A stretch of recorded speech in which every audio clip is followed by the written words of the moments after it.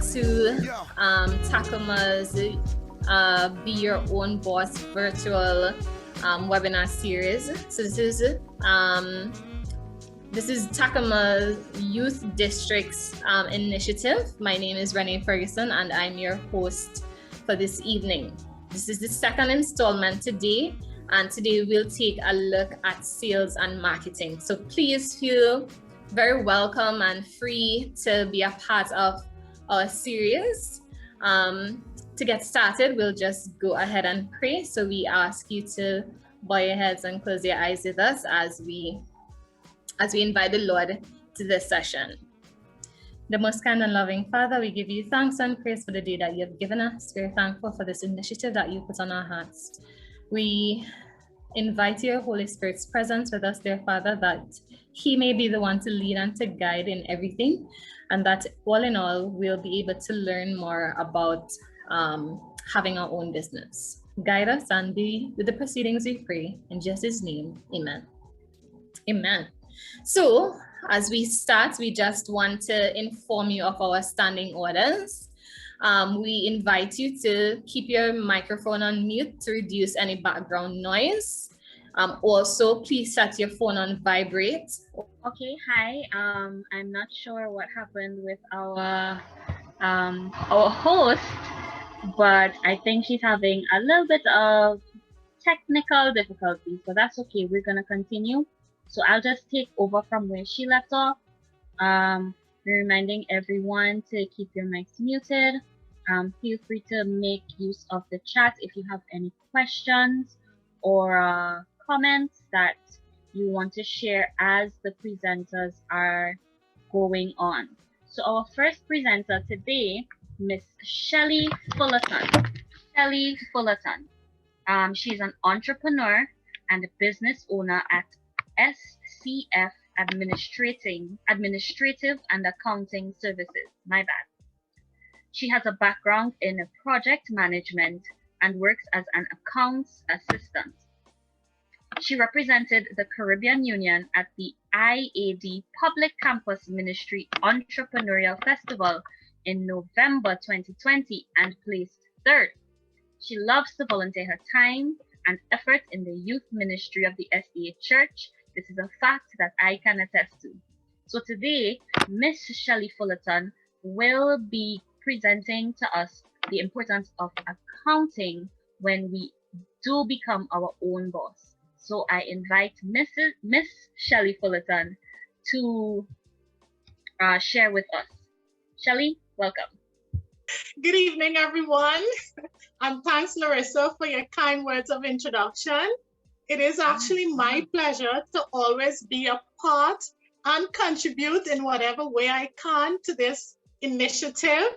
And this initiative taken up by the Youth Training and Development Department of the Tacuma District, and this office is being held by Larissa Beckles and Cadiz James Winsborough. So today, what I would like, if it's possible, for you to put your cameras on, because it feels as though I'm in one room, you're in the next room, and I'm talking, through a wall or behind a wall. So consider this as an interview, a business interview, and you want to think of being prepared physically, mentally, prepared with your pen and notepad to take notes. And as you budding young entrepreneurs, this is the mindset that you need to get into, and there's no need to hide. So while you're getting yourself ready to interact with me on your screen so I could see those reactions, your face, those virtual reactions. Also, don't forget to utilize the chat to place your questions. I'm going to pull up my screen now. Awesome, awesome. Great. So today my presentation is on bookkeeping and accounting, and why it is important for your business. So let me ask you, for those of you who are in business or is thinking about starting business, tell me, why did you get into business? Or why are you looking to get into business? You can unmute your mic if I think you have the okay to do so. Unmute your mic and tell me what is the reason that you are choosing to get into business.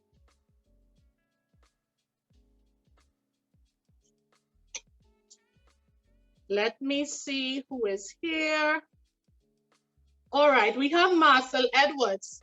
Are you, yes, good afternoon. Are you an entrepreneur or are you thinking about doing business? I'm thinking about it. All right, so you're thinking about it, but so there must be a reason as to why this thought came up. Why do you want to get into business? I have a hobby that I think could be lucrative, simply put. Awesome. Awesome. Lucrative. Can I have another from someone else? Thank you, Marcel. Can I get another contribution, please? I see Samuel James. Can you share with us your reason for getting into or wanting to get into business? It's always good to have a second stream of income. Awesome, awesome. That we got 2 reasons there already for getting into business. Someone else, Esther H. Can you share with us, please? And let us know if you are in business or you plan on getting into business. Okay, I'm not into business as yet, but I'm thinking about doing it. And why are you thinking about doing it? Because it's a good way to have to get money, another way to get money besides doing my regular job. Awesome. So I think it's really good to do, yeah. Good, so we got some common responses there. And if you wish, share it in the chat. And by the way, if you think I'm going too fast and you didn't understand something, let me know and I can slow down. So some of the reasons people get into business: for a better life, to fill a need in the market, to get away from horrible bosses and that demanding 9 to 5, to have more personal time or family time, right? Because of a disability and not being able to find a job, you may now have to be self-employed. To fulfill a passion or a desire, right? And because you can do it better. You know, sometimes you go for services and they are very horrible. So you think you can do it better. But whatever the reasons are, or whatever the reason is that you're choosing to go into business, the ultimate goal is to make a profit or to generate an income, right? So seeing that this is the main or the ultimate goal of getting into business, because I'm sure we're not getting into business to make a loss. Let me ask you now, for those of you who are already in business, right? Share with us how you are able to accurately track, right? Accurately track your profit, right? For those who are already in business, or if you're not, and you think you want to share, you think you know, share with us how you are able to accurately track your profit.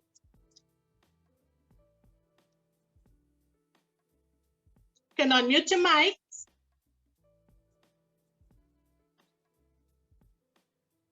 Okay, let me see. Who is in business here? Unmute your mic quickly and share with us. You see, I feel like I'm talking to a wall. I'm not seeing faces, you know, reactions.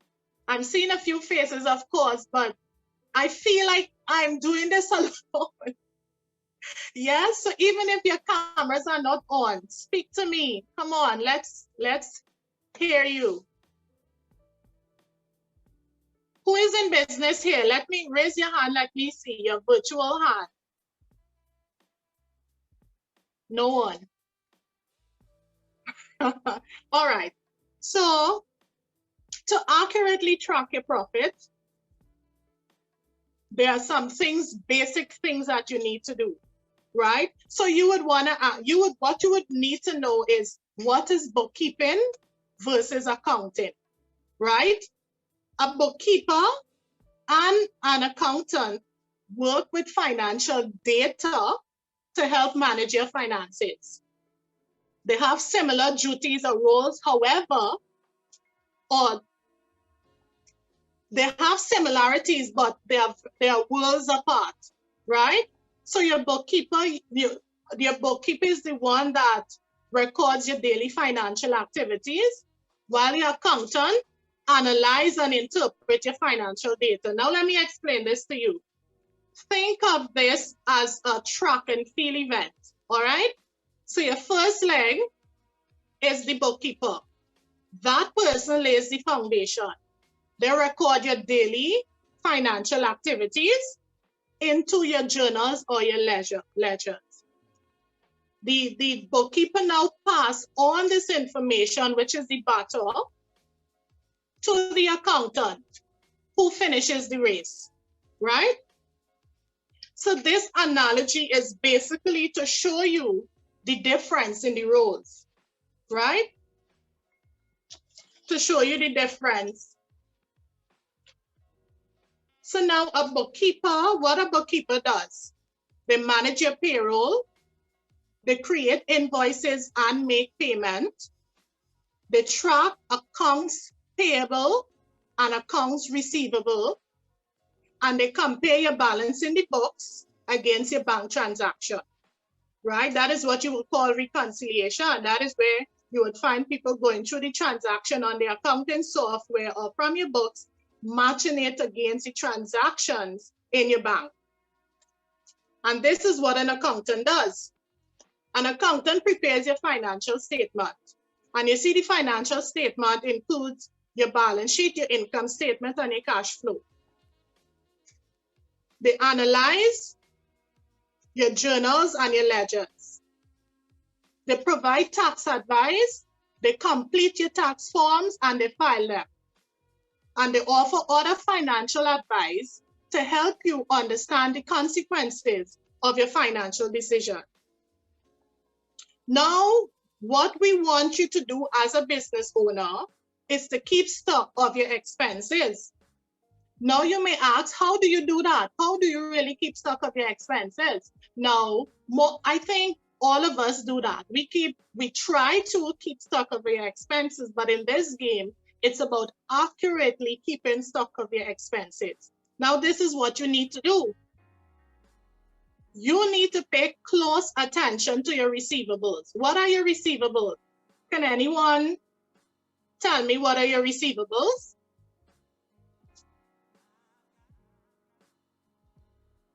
Anyone here? Do you know what the receivables is? All right. Yes. Yeah. I believe it's whatever would have come into the business on any given day. Right. And your receivables, yeah, that's good. Thank you. Your receivables also is what are owed to you. So let's say I bill somebody for a bottle of water. That money that they have to pay me is the receivable, right? So you need to keep track with those who owe you. You need to keep a pulse on your cash flow. So what that means, you don't you don't spend more than what you're getting, right? So that is why you would find sometime if you're with some employers, they will tend to delay paying their debts because the money is not coming in for them to turn over or to pay their expenses. So you want to make sure that you have money in hand to cover other costs, right? Also, the bank looks at your cash flow expenses or your cash flow, and that could reflect your cash flow can also affect you getting a loan from the bank, depending if it's in the negative or the positive, right? You need to log your expenses, your expense receipt. Sometimes, when we look at our bank statement, we cannot account for how the money was spent. Sometimes we look and we see $100 went, but you start to wonder, like, how is it, where that money went? What did I do? right? Remember now, we are still talking about how do you accurately track your profit or your expenses. So people often ask where to draw expenses or business expenses. Now, here are the things that you should claim, right? Some people overlook this, but this is what you do as a young entrepreneur starting up. You need to consider all your expenses, right? So like for out-of-town travel expense, if you had to travel for business or buy a plane ticket, if you spend a lot of time on the road for business, you should be writing off the miles on your car along with the gas expenses, right? Home office expenses.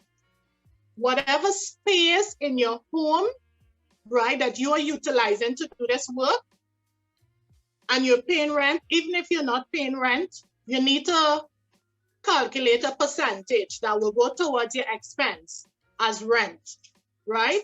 If you've spent money on a computer or other office supplies, you need to calculate the time, how much you're paying yourself per hour, right? And write them off your taxes.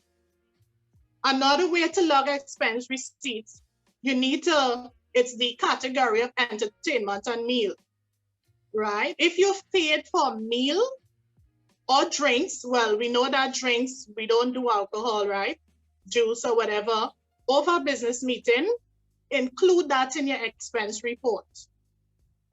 By simply recording these expenses can make a big difference when it comes to tax time. Trust me. So you now started, yes, we buy more. You're now starting business, record all these things. Don't let it slip through the crack, right? Record your cash expense. What is this? As entrepreneurs or business owners, it is crucial to track all expenses related to your business. And we have just mentioned some of the things before. That way, these costs can be subtracted from the amount of your total income when it comes to doing tax. Do you know we pay VAT? So you pay VAT on your let me say it, profit, right? Businesses that pay VAT is because you're making a profit. You don't pay VAT if you're making a loss. Now let me explain this. Whenever you buy VAT, and when you sell VAT.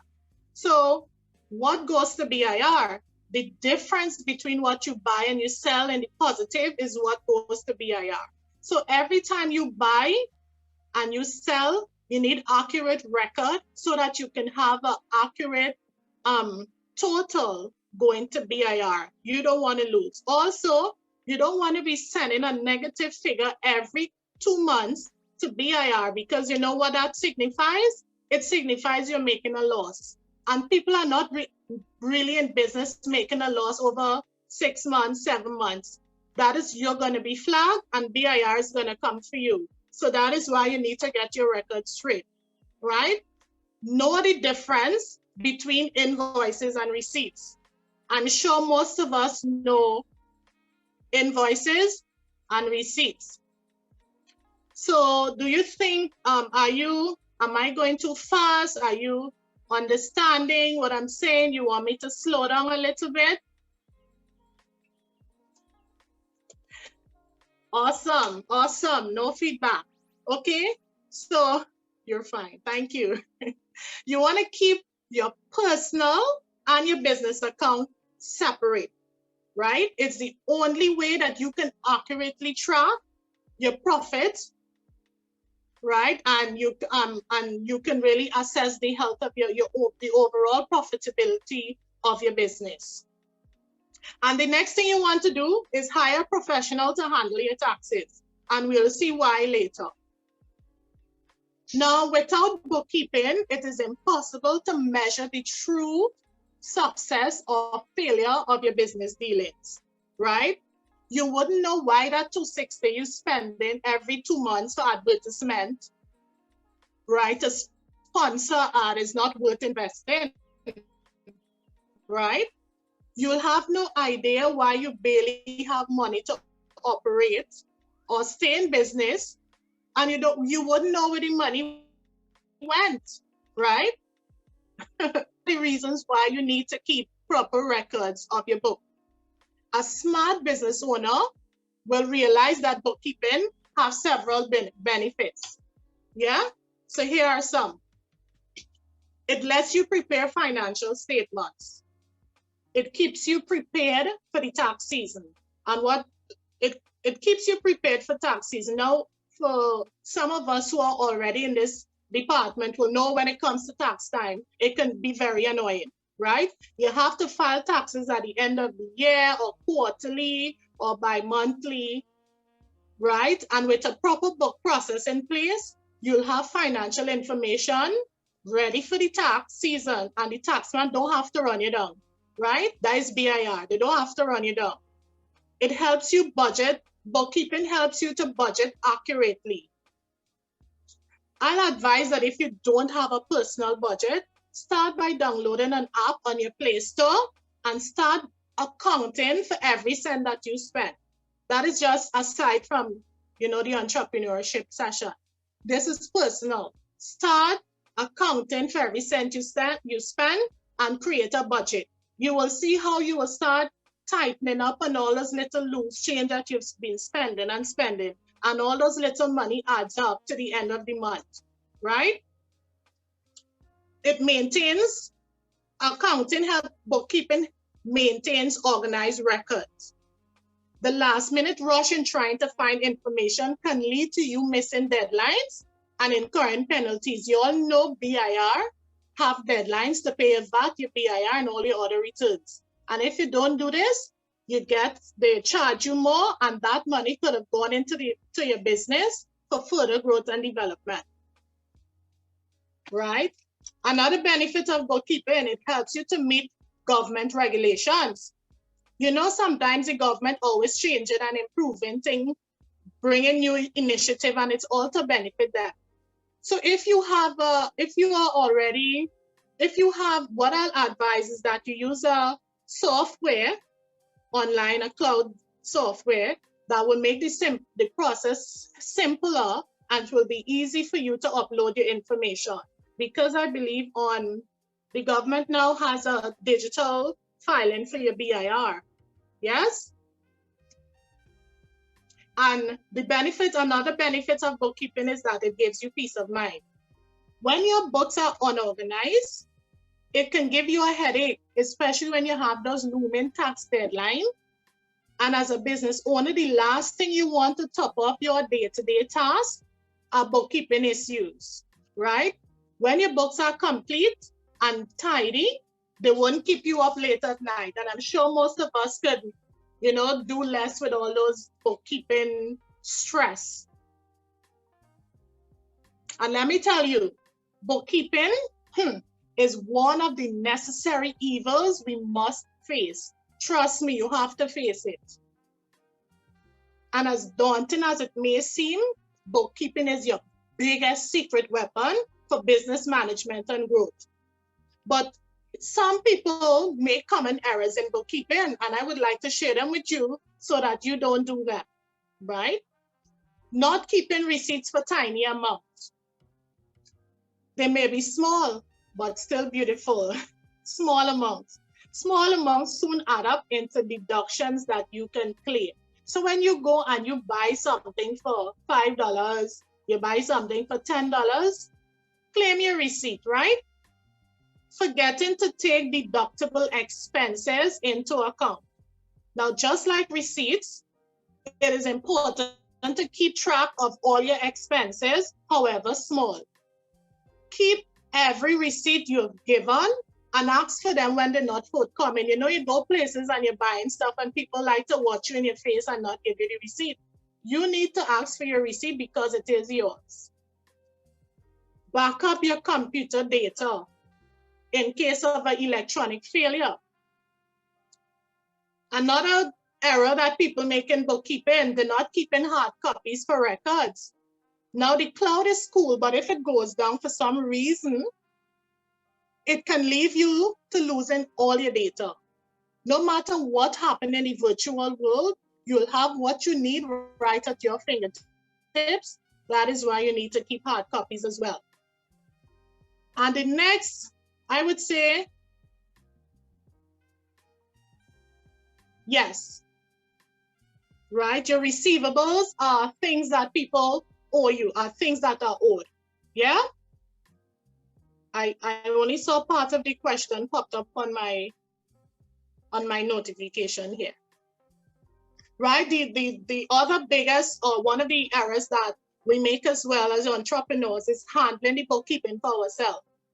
While it might seem fairly straightforward, it requires a cool head, enough time to do a decent job, and level dedication. Doing it yourself without the skills and competence of a bookkeeper just offer you a lot of risk and may end up taking you longer than it would for an expert, right? The next error, bad petty cash management. We tend to go in our petty cash and give people money to buy gas and buy this and buy that, and we don't keep no record. And you're replenishing your petty cash every 2 months, 1,000, and you have no record of how this money going out, or you have no receipts to show or to balance out for your money, right? Sooner or later, that money is going to add up, and when you realize you've lost $3,000, poof, just like that, right? Or you can't account for it, or your bookkeeper taking it. Let's hope, you know, we have Christian people in here will be dealing straight with people's money, right? So you're classifying employees wrongly. As you know, a business pay NIS for the employee. And some of us will have contractors who we are not responsible for paying NIB. Now, if you wrongly classify your employee, you will be spending money that you shouldn't be spending, paying for somebody who is not really employed with you. And again, that money can be used in your business. Another common error, we have poor communication. As an entrepreneur, we need to communicate with our bookkeeper, because your bookkeeper is only as good as the information forthcoming. You need to keep your bookkeeper integrated with what's going on in your business, right? As it helps to create financial statements that reflect the true operations of your business. Some of you business owners feel that, oh, I'm the boss, I'm going to take whatever I want, spend it how I want, but you're not smart. You're not smart with that kind of mentality, right? So if you haven't gotten into businesses yet, know that you need to communicate with whoever is keeping your books. Let them know every dime you're spending so that it could accurately record it. And the next error here is forgetting to deduct your VAT. Neglecting to deduct sales tax from your total sales will cause you to pay more. And I mentioned that before. It's about minusing what you buy from what you sell. You buy VAT, you sell VAT, right? So you have to remember to deduct your VAT. And the last one we have here, well, this is just few. There are many more errors, that common errors people make in bookkeeping, is wasting too much time. Or let's go, you choose the cheap and cheerful every time. You pay for peanuts, most time you will get monkeys. There comes a time when being a cheapskate may cost you more money. It makes sense to pay a decent amount to a good bookkeeper than to cut the corners. As mentioned before, business owners try to keep for themselves, try to do bookkeeping for themselves, or do not have the professional help they need, and they waste time, right? By trying to do the bookkeeping for themselves.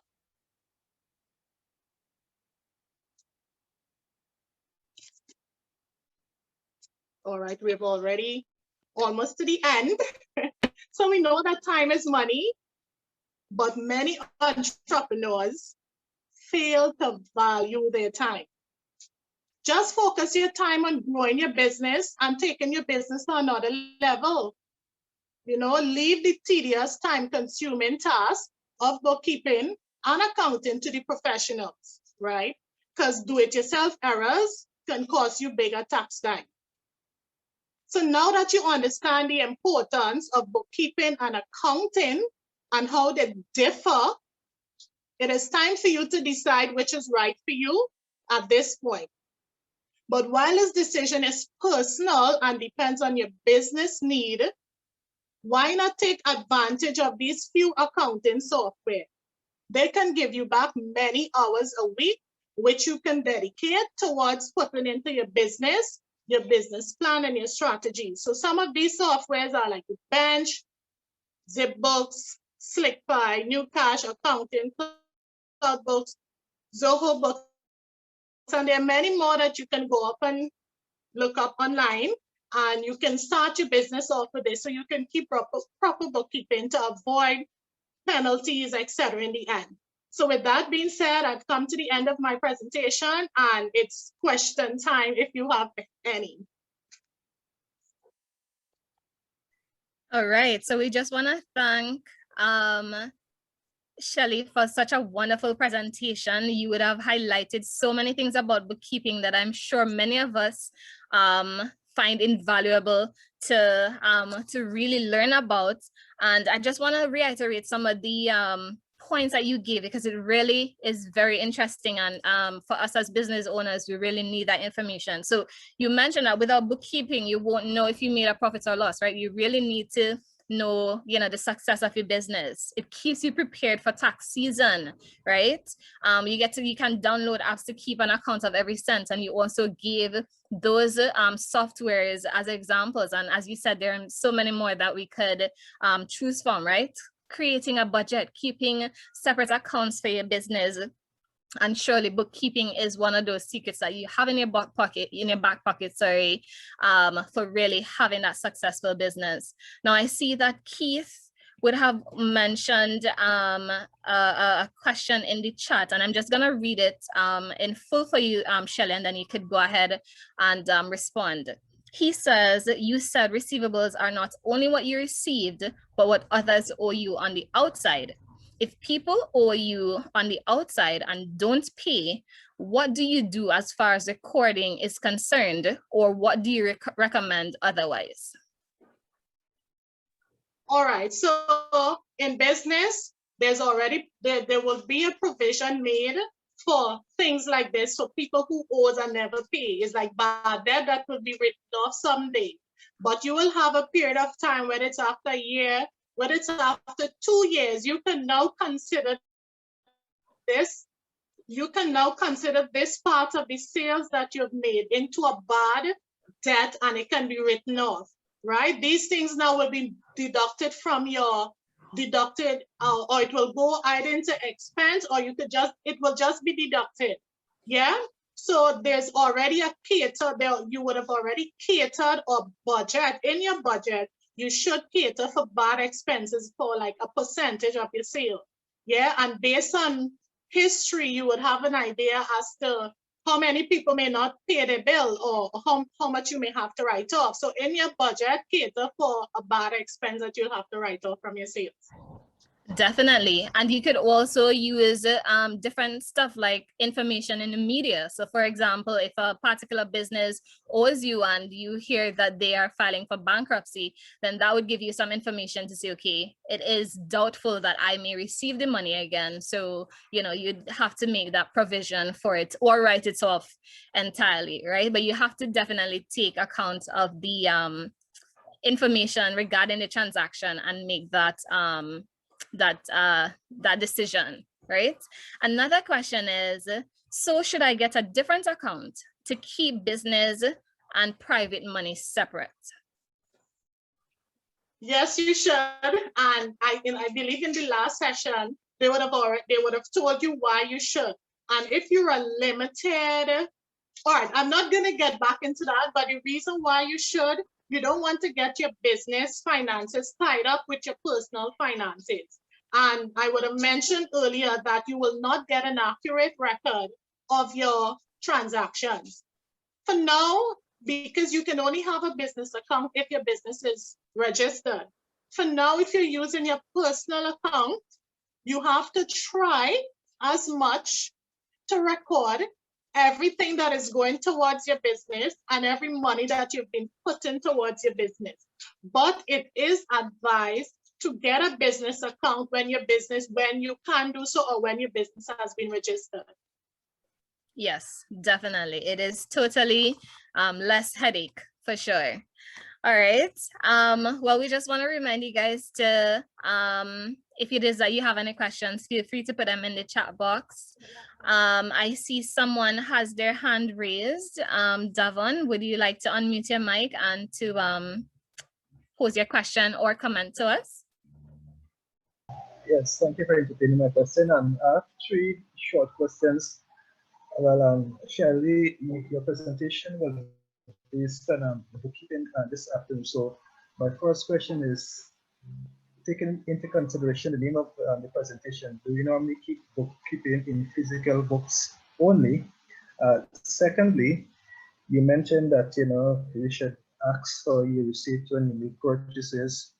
Now, I'm trying to understand if you already take a record of what you would have purchased, what's the need for keeping the receipt? And also, we need to take into consideration that many of the receipts that we receive within a month's time, the ink from the page it just fades, so it cannot be of use. And my last question, how would BIR knows if your business make a profit or it makes a loss?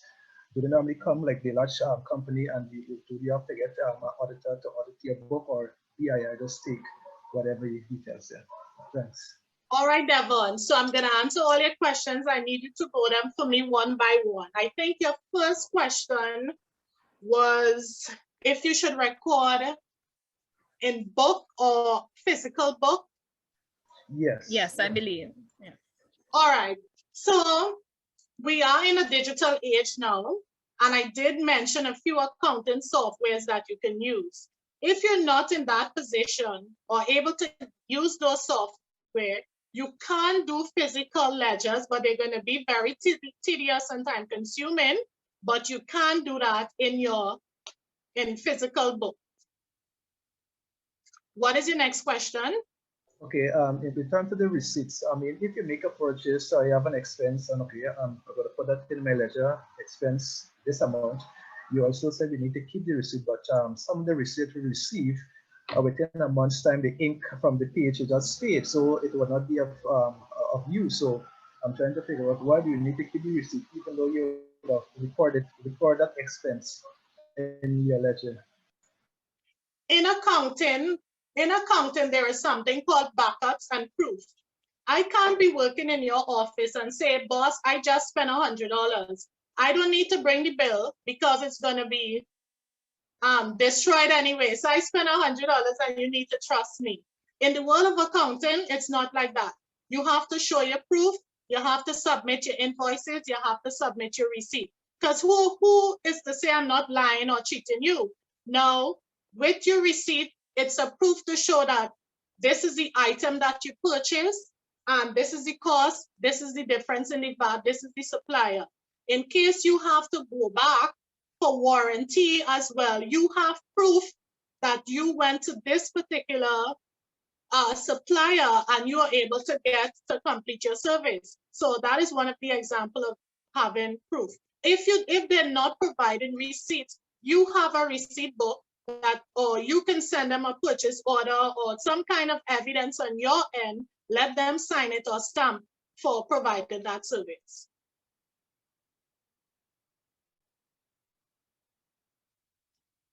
I think there's a next question. Are you satisfied?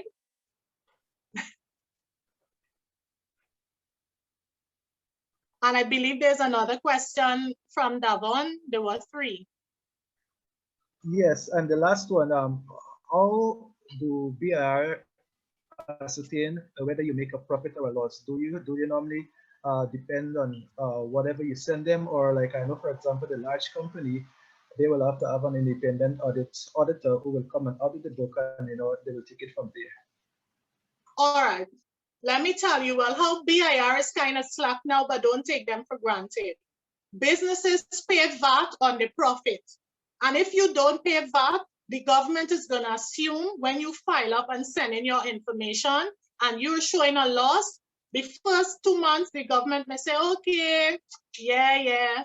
Next 2 months, another loss. They say, well, now they start seeing, because remember, the government don't like to give back money. They will say, how does business, we have to pay back this? Because when you make a loss, the government return VAT to you because you would have purchased more VAT than you sell. So they will say, how I have to give this person a VAT, return money to this person. And they know people don't stay in business to make a loss. You're in business to make a profit. So when they see this trend, they have access to your business bank account. When they see this trend and they start investigating, they're going to flag you. So that is how they know if you're making a profit or not. It's based on what you submit. The government should never have to be returning money to you more than, let's say, 2 times for the year. It shouldn't be, right? So that is how they can flag you. Yes, indeed, and definitely they do their tax assessments. Hazel also says to copy the receipt, and I think that is good advice, especially as you said, Davon, that sometimes the receipt, the ink goes after a while, but you do need to keep proof. And the Companies Act do require that you keep a record for a minimum of 6 years. So you also have that legislation to take into consideration. I'm seeing Samuel James has raised a hand. Samuel, you could unmute your mic and go ahead. Yes, thank you. Well, 2 things. One is a question and one is, well, yeah, 2 questions really. Shelley, in your presentation, you mentioned that business owners should not take up the job of bookkeeping for themselves, that they should let a professional person do it. Now, if the business owner is qualified in that area, do you still think that it's not a good idea?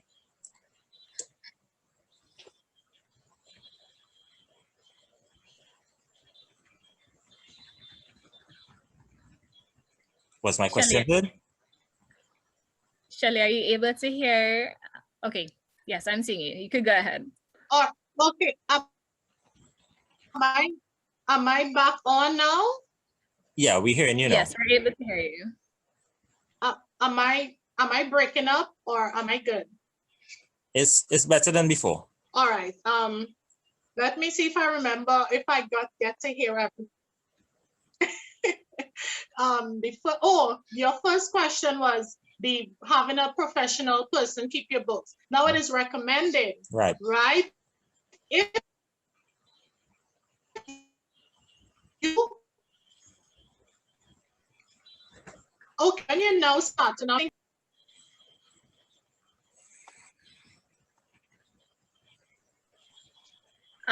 I could take a stab at it. I know Shelley said that her net is breaking up here. Is that okay, Samuel? Yeah, that's fine. That's fine. Am I back now? Well, yes, we are seeing you. So you could go ahead and all right. Go ahead. Sorry about it, Shelley. Yeah. The question. Sorry about my brain. It's just it is recommended. Yeah, I get it. I remember. It is okay. When you now start business, you're the one who will do everything, and that is fine. But you see, as a new business owner, you are focused on making money. You are focused on going out there and get the business. And you will forget to record every single thing. You may forget that you even purchased a meal over a business meeting. You may forget to record that. So eventually, when you're able to, it is recommended that you have someone who is dedicated to keeping your books. They're the ones who are going to be on your back and say, hey, you went out yesterday, you took money from me, where is the bill? So it is recommended eventually to get someone to help you who is dedicated to do that. Even if you are also qualified in that area? Yes, it is recommended to have someone else do it, because you as a business owner, your time is focused on growing your business. You're thinking of plans, strategies to get out there and get more money coming in. So yes, you need to have someone, unless you're able to, but I don't recommend it, get someone to help you. Okay. All right. Regarding the VAT, you spoke about it recently. You said that is when the business is not making a profit that the government has to pay back VAT. I'm Yes. thinking of what you said in light of recently, well, probably within the last 9 months or so, when there were a number of businesses that were claiming that the government owed them VAT and wasn't paying back. How is it that they came to that position if they're still in business? Okay, that is because when they would have submitted their tax return, it showed a negative, meaning that they purchased more VAT than they would have sold. So Okay. the government now has to return that difference to you. Okay. And we all know they don't like to pay, they don't like to give you back money. So that is very much, that's how it comes in, yeah. Okay. Okay. So it's not a continuous thing. It's just probably at one point that they had yeah, yeah. Right, okay. Yeah, you should not be continually having the government returning money to you unless you're really in business. We know a business owner is never truly in business to make a loss. You're not going to sit down in a business for 1 year making a loss or 2 years. So that is why the government checks you. All right. Yes. Samuel, you are okay with those explanations? Yes, thanks. Okay. All right. I also saw Odin Crawford had his hand up. Odin, do you still want to pose your question or comment?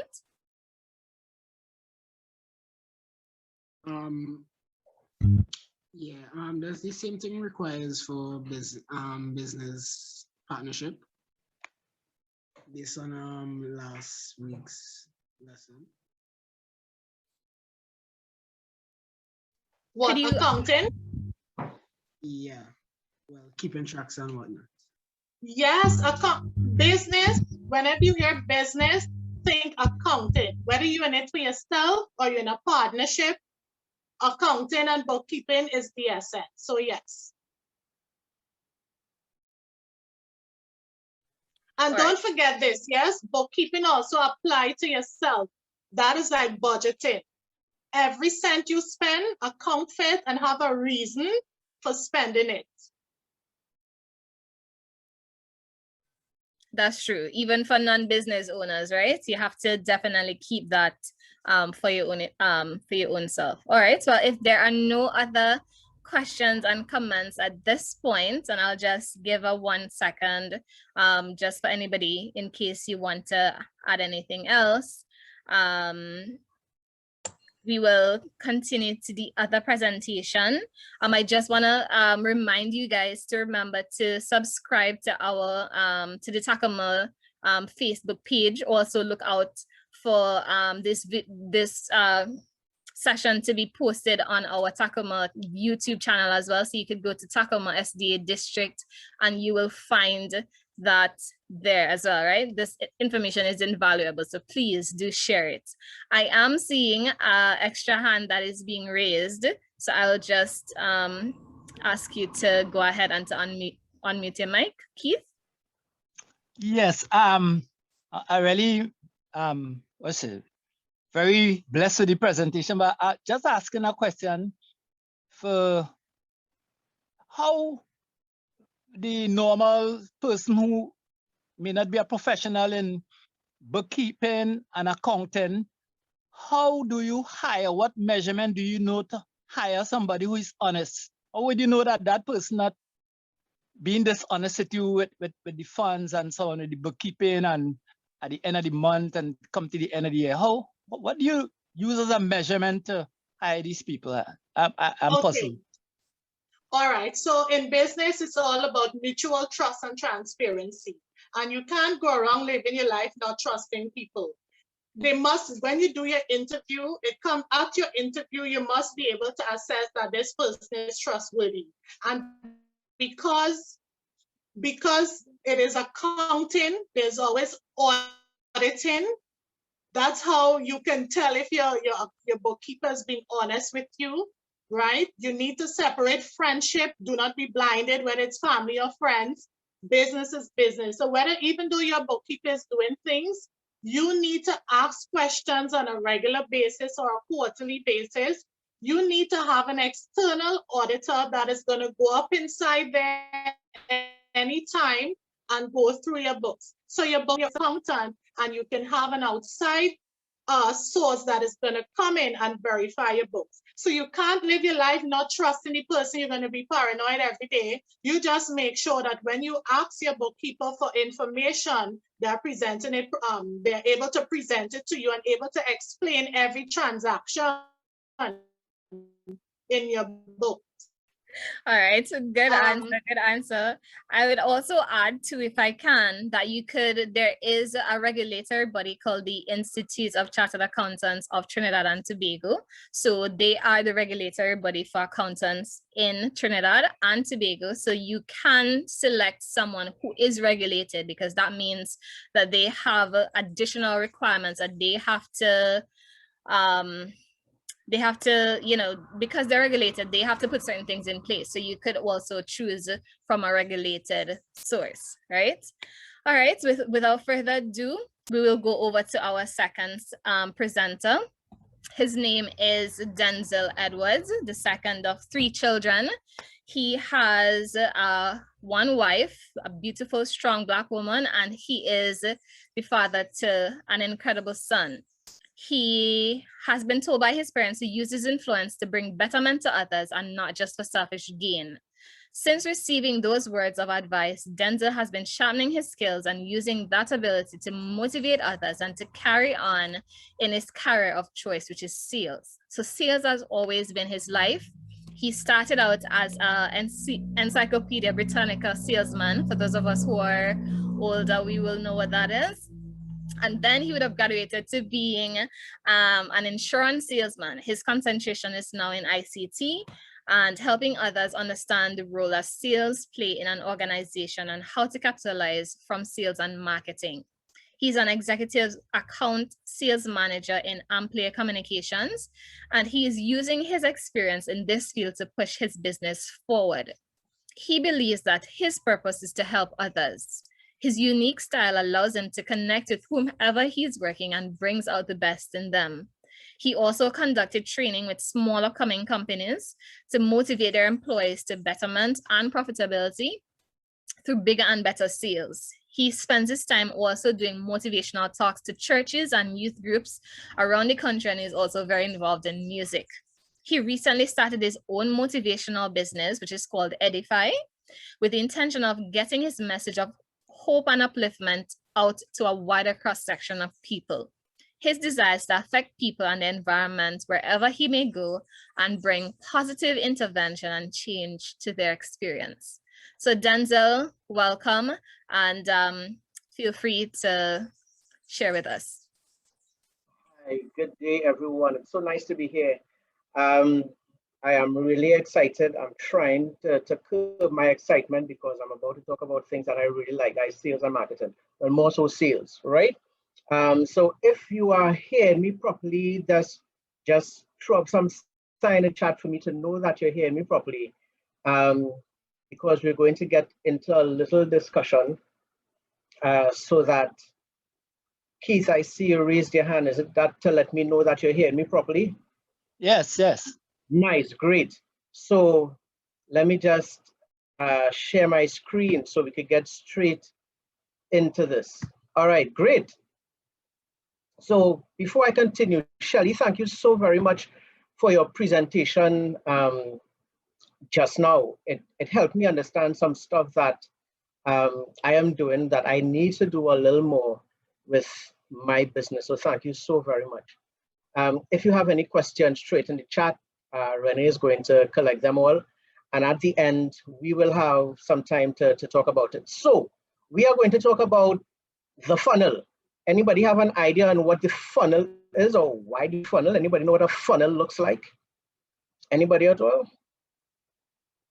All right, so I know what's happening. The information is just soaking in, right? And it's so much. So let's continue. We're looking at the funnel, and what it is we'll be looking at inside this presentation. What I'm going to be talking to you about is 1, sales and marketing. Why sales and marketing? What is sales? What is marketing? Why is it important for the business that you're into? Oh, and by the way, let me say this. The reason why you go into business is to make money, straight up. So Samuel, you see that fantastic beard that you have there? If that is what you marketing beer to make money, no other reason. If your reason for going into business is to help people, you need to be working in the Red Cross, right? But your only reason to get into business is to make money. If it is to spend more time with family, you need money to get that done. If it is to show something better, you need money to get that done. It is to make money. Next, what it is I'm going to share with you is some tips. 5 simple guidelines as to how you could go about using sales and marketing to help you make more money in whatever business that you're in. Third, we're going to look at then what? What do I do? Now that we spoke about sales and marketing, then we spoke about the tips, then what am I to do? It's about growing your mindset to be in business. All right, so let's jump straight into it. Sales and marketing. So I need somebody to tell me, what is marketing? What do you think marketing is? I'll try. Go ahead. Advertising a product or you the person. Advertising a product or you the person. All right, that's a very good answer. So move to the head of the class. So let me tell you what marketing is. Marketing is simply sharing your story. That is all marketing is. Marketing is sharing your story. When you market something, what you're actually doing is doing 3 main things: letting the people know who you are, what product or service you're giving, and letting them know how you are satisfying their need. That is what marketing is.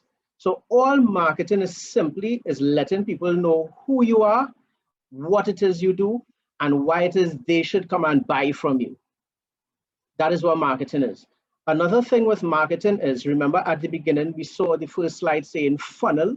So what marketing is going to help with? Getting people into the funnel, because that is how you're going to make sales down to the end. It doesn't make sense going into business and you have nobody to sell to. It doesn't make sense to go into business and you can't exchange your goods and services for money.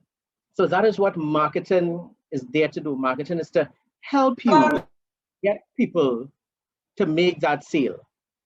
All right. Now, there are many different ways you could market.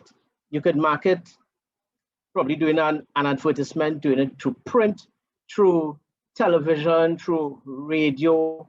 A lot of people do it on social media now. So we have Facebook, we have Instagram, and all the other places where you could go and do that marketing. Now, there's a reason for doing marketing. What do you think the reason is, other than letting people know who you are and what you sell and why they should come to you to purchase? What is another reason you think marketing is important for your business? Increase the possibility of making money. Increase, that's correct, Marcel. It's to increase the possibility of making money. So what marketing actually does is increase engagement with your business. So let me give you an example, right? Anybody here ever gets hungry? Well, that's a stupid question. Here's the question I want to ask. When you get hungry, what do you think about? Food. Food. Let's go a little deeper. When you think about food, what do you think about eating? Well, the fastest thing you could get to satisfy your hunger if you're real hungry. Yeah, but what that would be? Depends on what is, depending on what is in your reach at that moment. So it could be, if I'm real hungry, I'm not going to leave Curep to go Brandy to get a vegetable salad. So I might buy something in Curep, like a gyro or something. Or give would KFC pass through your mind? No, we'll leave KFC out, knowing with health conditions and stuff. All right, cool. I understand. But let's use KFC for a while. In the marketing KFC would do, KFC would engage customers to let them know, this is who I am, this is what I sell, and I am satisfying your need of hunger. And it will keep the customers so engaged that every time people get hungry or feel hungry, one of the things that will pass through their mind would be KFC. Why? Because it's easy for me to get. I know who they are, I know where they are, and they can satisfy this need. Now, there are many other things that would pass through your mind when you're hungry. A gyro, sauce doubles would pass through your mind as trying to stay within the Curab area. We have, where's some people who sell the sandwiches again? Subway, right? So because of marketing, it will keep the people engaged. And that is what you want your marketing to do with your business. Keep people engaged so that, one, it would help you understand what their need is and position yourself to satisfying their need. Here, next thing marketing will do. Marketing will keep your brand in people's faces. So you cannot go through our papers and not see an advertisement using KFC again for KFC. Why? Because that particular marketing that they're using is going to help keep their brand in front of the customers' faces. It's engaging the customers that way. Now, there are many different ways and times you could market. And as you think about what your product is or what your service is, you will know how to do your marketing. For example, if your product is a sweater, a winter sweater, would you market your product during the August vacation?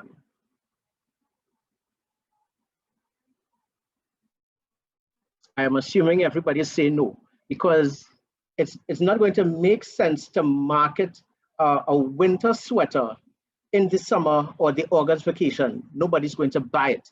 So you need to market your product at the time when you know or when you think people will buy. And the only way you will get that information is by keeping them engaged. Now, let's jump off of marketing for a while and let's go into sales. What is the purpose of sales? Esther, what is the purpose of sales? I'm saying Esther H. I don't know if there's one and the same. I'm seeing Esther Huston and Esther H. Is that the same person? So you can get an income. I would say yes. Okay, so it just goes beyond getting an income. Sales is where you exchange your product or your service for money. That is what it's about. So with sales, you want to understand the product that you have. You want to understand the service that you're giving to know how can I satisfactorily give this product or service to someone and get money in return or in exchange. That is what sales is about. So what the sales is actually going to do in the funnel, as you do the marketing would throw a lot of people on top of the funnel. And what's going to happen, you would then need to go and take your customers through that sales process. Find out, okay, are you just here because you see it and you just want to find out what it's about? Are you here because you are really interested in the service that I give? If the answer is yes, you are really interested in the service or the product that I give, you come down to find out, okay, what exactly is your need and how can my product or service satisfy your need? When you find that out and you say yes to that, it then comes down to when do you need to get my product or service? And you start to go through the process, and then the very last part of that funnel is where you exchange your product or your service for money. Now, people, I'll tell you this, people don't really buy because they need stuff really, you know. People buy because of how they feel when they purchase stuff, right? So when you market or when you go through your sales experience with the customer, your sales process with your customers, your prospective customers, you need to find out what is going to make them feel better and then position your product or service to help them feel better. People will buy from you because they know you, they like you, and then they trust you. Those are the three things people are going to look at. Do I know them? Do I like them? Can I trust them? And when they realize that the things that you give would actually satisfy their need, they will then spend money to get what you have, and they will continually spend money to get what you have. So that is important. So now we looked at what sales is and what marketing is. Let's take a look at some tips and see if I could help you go a little further with the business that you have. So here are some tips that you could look at, some tips you could keep in mind as you push forward with your business, just at the bottom line to make the money. The first one is A, and I hope you have pen and paper to write this down and take these notes because this would be important to you. A, action. Action simply means you need to be doing stuff to keep people engaged. You cannot throw up a particular ad and just leave it alone. You then need to go back and probably ask some questions so that your customers could start responding to you so that you're able to know how to meet them, because your customers need to know you, they need to like you, they need to trust you. So it's all about keeping engagement happening all the time so that you're able to move the people down the funnel where they will get to the point of spending the money. Here's the next one. The next one is C, and this one is clarity.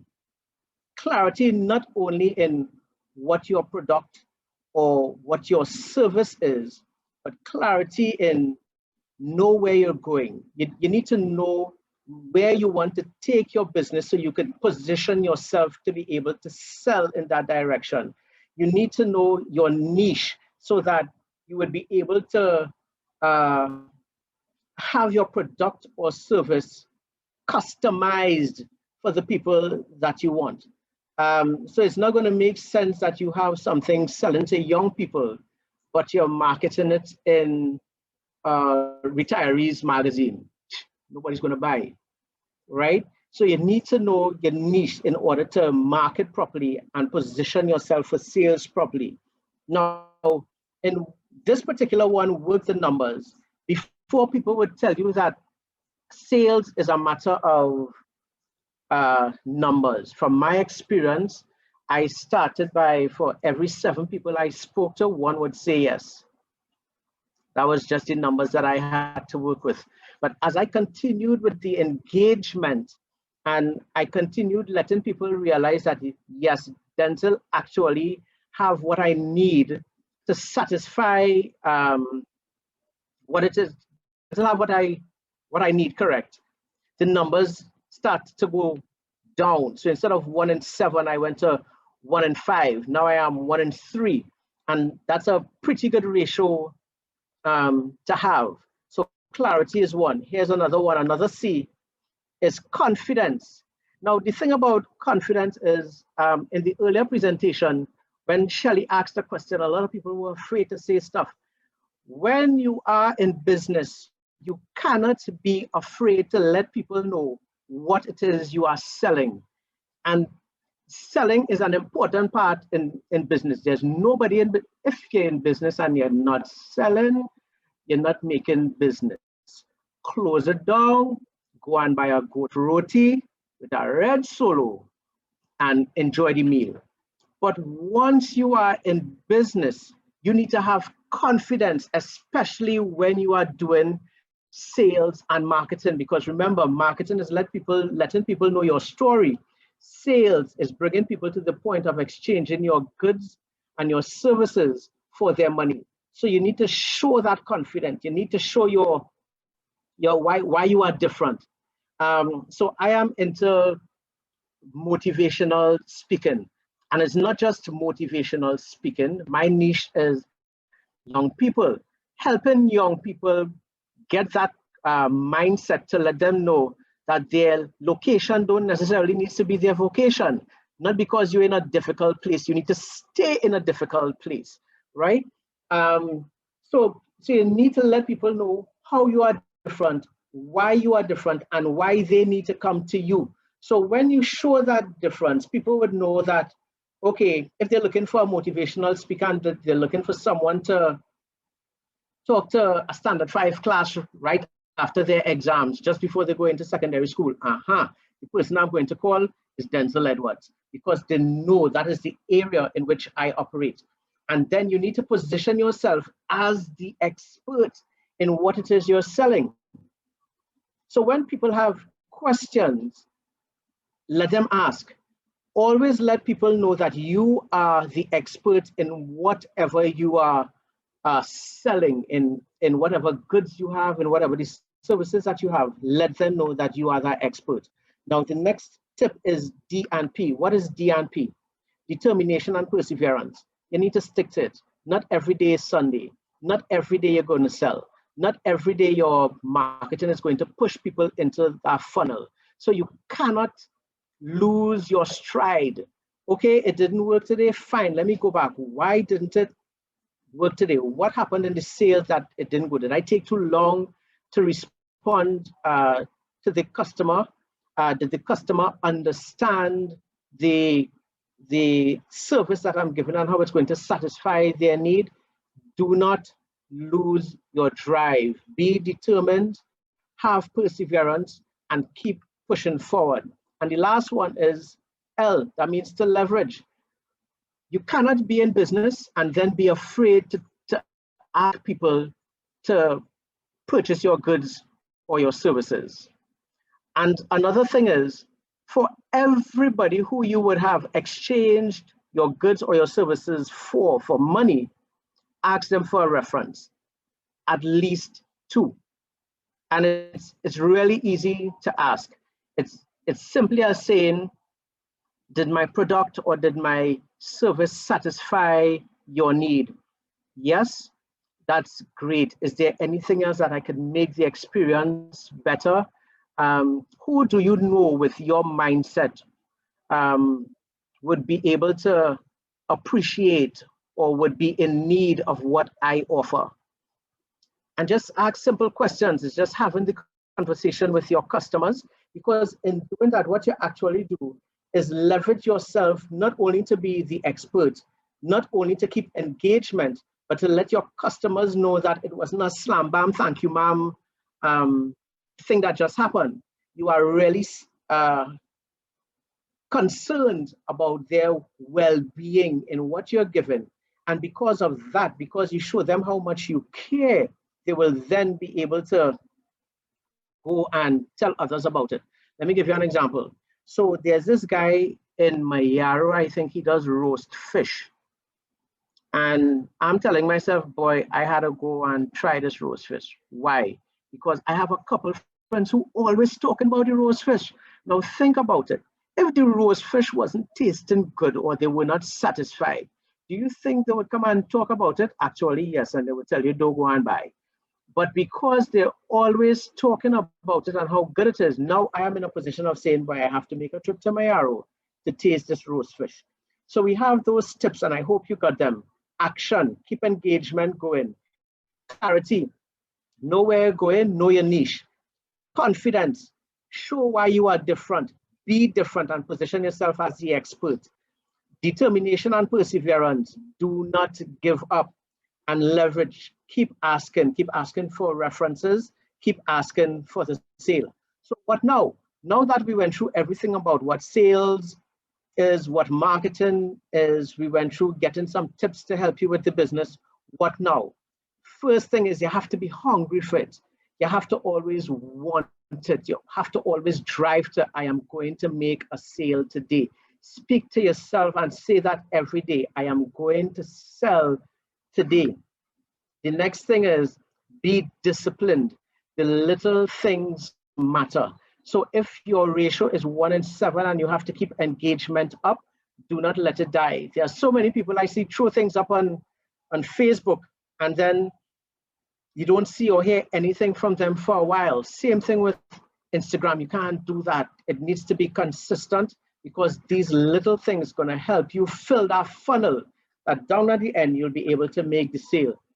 Third, be self-motivated, be your own cheerleader. Sometimes other people are not going to understand why you're going into business. Sometimes other people will not understand why you're pushing so hard at a sale. But the reason why you're going with the sale is because you want to make the money. And you have to be self-motivated that if somebody tells me no, that is water and duck back. Let it roll off and push forward to the next one with that excitement of getting the sale. And fourth, and finally, You need to have that self-esteem that I am good at this. I am good at marketing my business. I am good with the team that I have marketing my business for me. I am letting my story get out. People know who I am. People, they're seeing my brand. They know what it is I am giving in terms of product or service, and they know how to get in contact with me. They are engaged. Keep yourself on top. I am the best salesperson there is. I am the best accountant there is. Whatever your business is, I am the best. And as you continue telling yourself you are the best, you will see it starting to trickle in how you deal with customers, and it will start to trickle into the sales that you would make. So guys, that's it for my presentation in sales and marketing. I really do hope that you got something out of it that could help you push your business forward. And now I have nothing else to say, but I will be willing to answer any question that you have right now. Thank you so very much.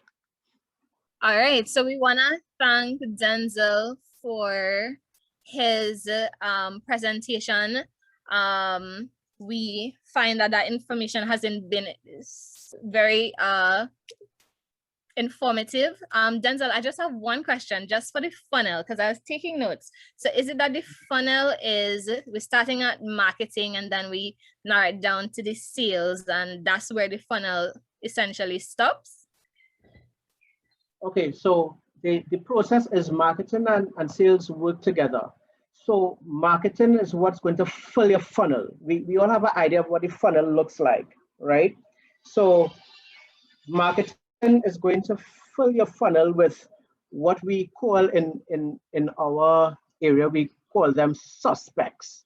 So it's probably people who just heard about it, see the stuff and want to find out more. So marketing would fill it to the top.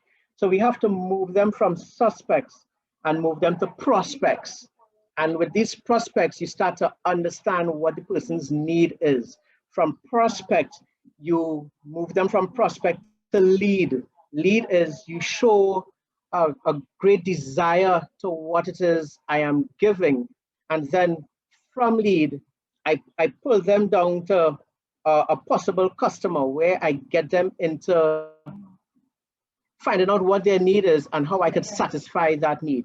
The last thing from that is talking to them into taking an action. Now that you know what it is I offer, now it is you know that I can satisfy your need, will you then purchase my product or service? Get them to taking that action, get them to making that decision to buy. And when they make that decision to buy, that's not the end. You have to go back and say, how did it work for you? So I am marketing glasses and I sell my glasses. Did my glasses work for you? Do you like how you look in the glasses? How did it make you feel? Did you make it, when I put on my glasses, I feel like Denzel Washington, you know? So how did it make you feel? Did it make you feel okay? Could you then let me know somebody else who wants to feel just as good? And you ask for that referral. So marketing fills the funnel. The funnel will filter everybody down to the point where you could get to exchange your goods or services for the money.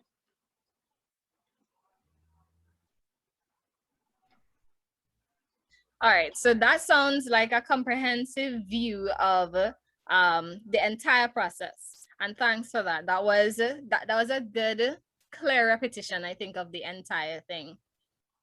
I just want to let you guys know before we take the questions that a participation certificate will be awarded to persons who complete at least 75% of the seminar. So that's 3 out of the 4 meetings that we have. You'll be getting a participation certificate, right? And we also want you to come to the live sessions, right? So keep subscribing to the channel. The dates are already posted, so we have 2 more sessions that are coming up, one next week and the week following after that. So please share and let everyone know that the information that we're getting here, which is really invaluable, that we want, you know, everybody to be a part of it and to take it all in, right? So I'm seeing one question. Oh, sorry. I'm seeing where Shelly is asking, if you have a business, please send us the name. So please just post that in the chat. For those of you guys who are business owners, please just put that in the in the chat and we'll take note of it, right? I'm seeing one question here. Denzel, it says, many times when you purchase a product, it is not entirely as what was advertised. Does the aim of marketing based on the product's feature and quality you are offering, or how persuasive the seller or ad is? So Davon, sorry, your question is a little, if you could paraphrase that, so you could just go ahead and unmute your mic and just paraphrase it so that he could get the correct context to respond to it. I don't want to sort of mess it up. So if you could just unmute your mic and let us know exactly what you were asking about. Okay, the question is, sometimes, you know, you're looking at the product online and you see a very nice commercial or an ad about this product. Okay, I want this product. Whenever you buy it, I mean, the quality and the features that were advertised, it is not exactly what the product is. So I'm asking if the aim of advertisement is just to, you know, to showcase the product's features and quality, or is it based more entirely on how well the speaker could or the seller could speak, or how convincing the ad is? Okay, I understand what you're saying, and it would have happened to me too. You go online and you see a product, and you're like, yes, this fits what I'm looking for, and you purchase, and then when the actual item gets to you, like, but this is not what I saw. This is not what I purchased. That is just people just being unscrupulous and bad, right? It is important for us, one, to understand that the role of marketing is just to get you to a point where you know a product, you know a particular brand, and you know what it could do for you. Some people use that not correctly and do what we call false advertising, right? So it becomes important for us to really pay attention to what it is we're looking to purchase if we're doing that online. And then the flip side is, if you are doing your marketing where people could purchase your product or your service online, I beg you, please be very truthful when you do that. The reason for that is it's called the referral curse or the referral blessing. If you do something that is good, and people could go and say, yes, when I went to Renee's page, Renee told me that if I use this particular product, the curl in my hair would fall down over my forehead, just over my left eye, the same way hers is. And I use it and it works like that. I would then go and tell others, you can trust Renee. But if I use the product and instead of it falling down, it flip up in the air and that kind of thing, what I'm not looking for, people would then say, do not trust Renee. So it's either the referral blessing or the referral curse you're going to get if you do things online. In terms of selling, selling is not about you convincing people. Selling is about engaging people to let them make a decision based on what their need is, that I am going to take the product Denzel is giving, or the service Denzel is giving. So let me give you a quick example. I am into ICT. I work with Amplia, and one of the things that we do is sell communication and connectivity and security to businesses. When I go to talk to a customer, I do not talk product. I talk about what the need is of the customer. This is fine, getting the customer engaged so they can talk to me about what their need is. And then it gives me the opportunity to when I find out what their need is, then I could tell them, I have something that could satisfy your need. Now, this is why you don't talk product. If I go, the customer will touch base with Amplia and say, I want internet. That's easy. Our cheapest one is $299. But when I talk to the customer about need, I find out that they need internet. I find out that they need a phone line. I find out it's a new business, so they're in need of security. So then my sale moves from $299 to $1,459. So that is why you don't just push a product, but you engage the customer so they can talk about their need. And as you take them through the process, then you would realize that your sales funnel will start to filter people down, that when they get to the end, it's a matter of just making the exchange. Here's my product, thank you for your money. Indeed, indeed. Always looking to satisfy the customer, right? All right. We also have one other question. And Keith is asking so he's saying, just give me 1 second.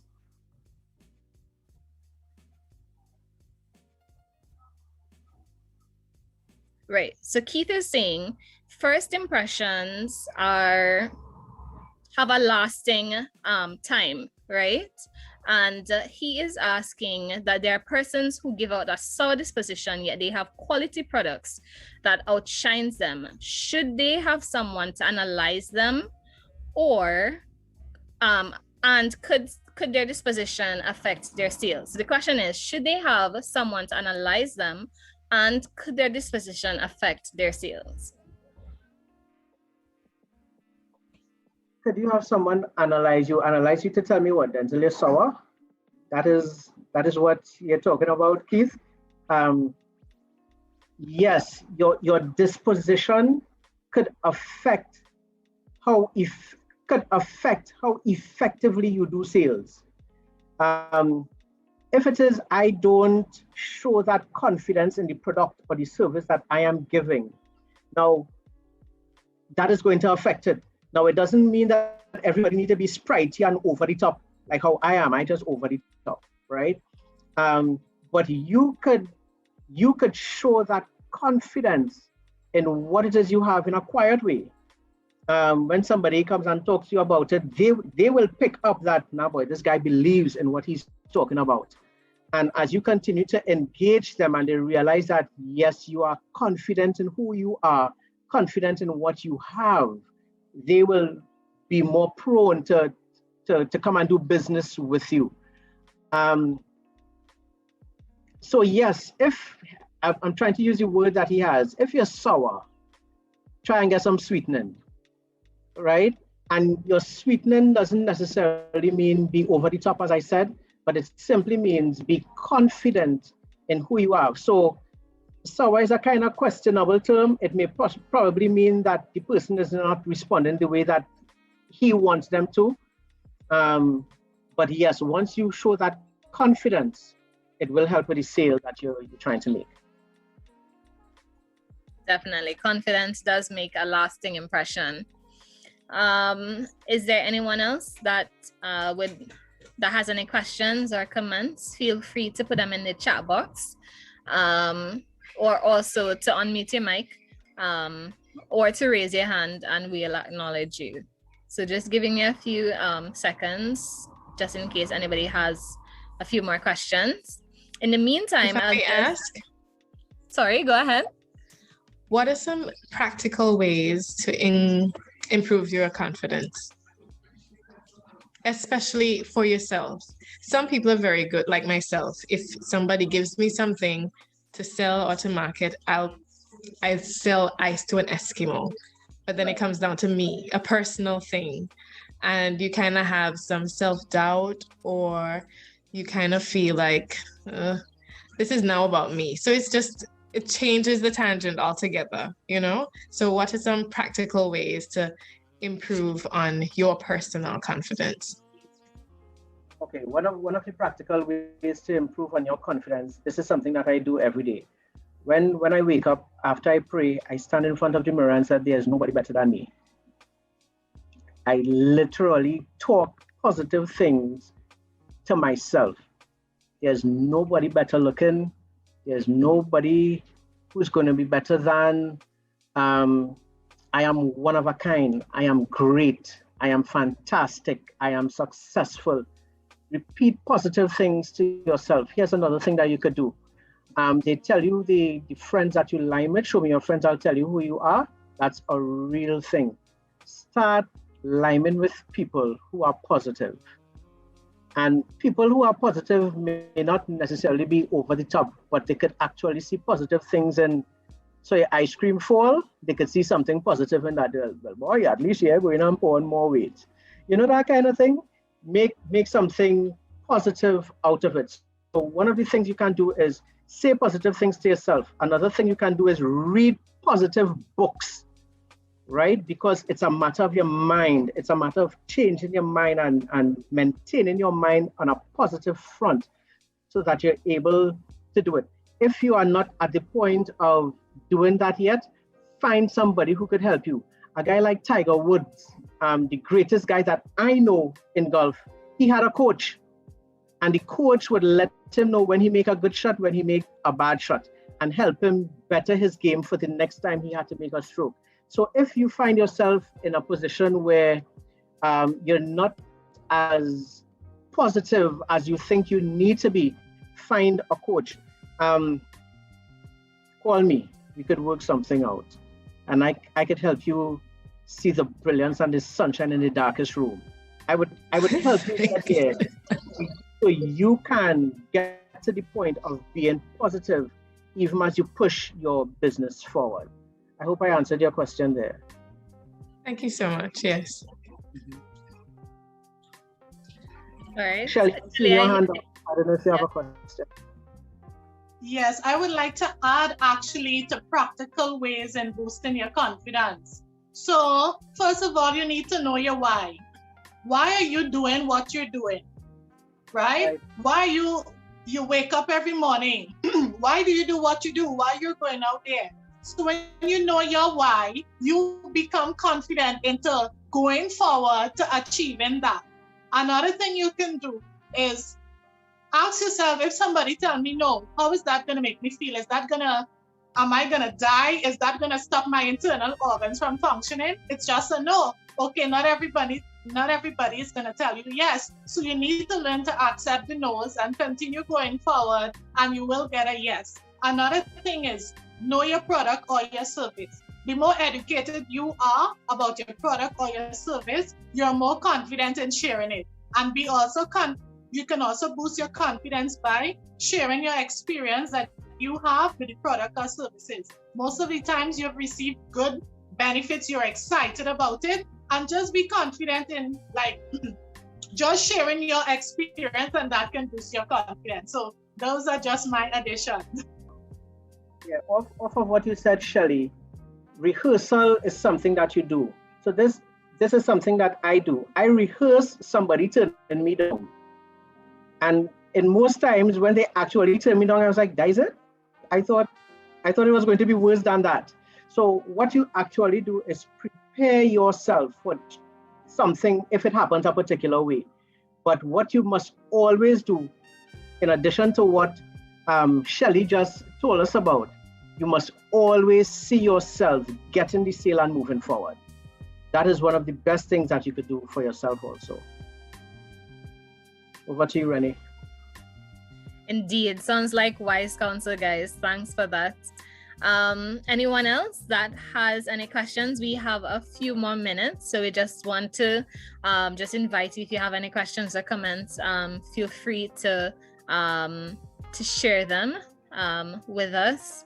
As well, if it is that, just to give you guys some thinking time, Denzel, I want to thank you so much for such a great presentation.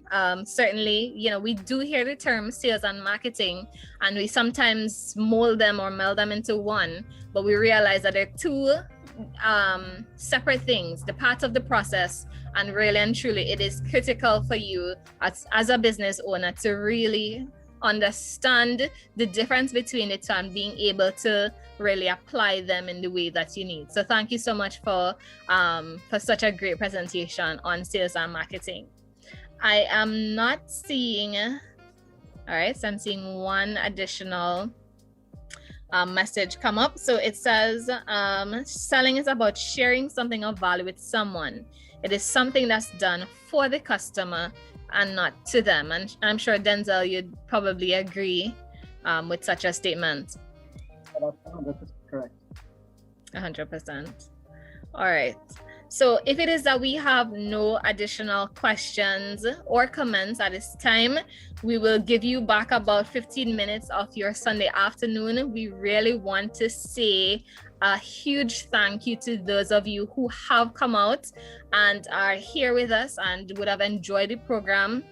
Feel free that the notes that you have taken to share with someone else. Maybe there's another business owner that you know, or someone who's interested in getting into business. Maybe there's a little, fear or anxiety, whatever there is, that you could, let them know that yes, they can have confidence in the business that they want to start and going through that process. And of course, feel free to share and join the link for next week. Next week is the 21st, and we will be looking at another portion of being your own boss. So we just want to say a huge thank you again to everyone who came out and shared your time with us this Sunday afternoon. We hope it was really invaluable to you. Do again remember to subscribe to Tacuma's Facebook page and also our YouTube channel, right? You can look out for that at a later point in time, and also share the link. And just have a great Sunday afternoon and the rest of the week. So bye everyone, and have a wonderful week.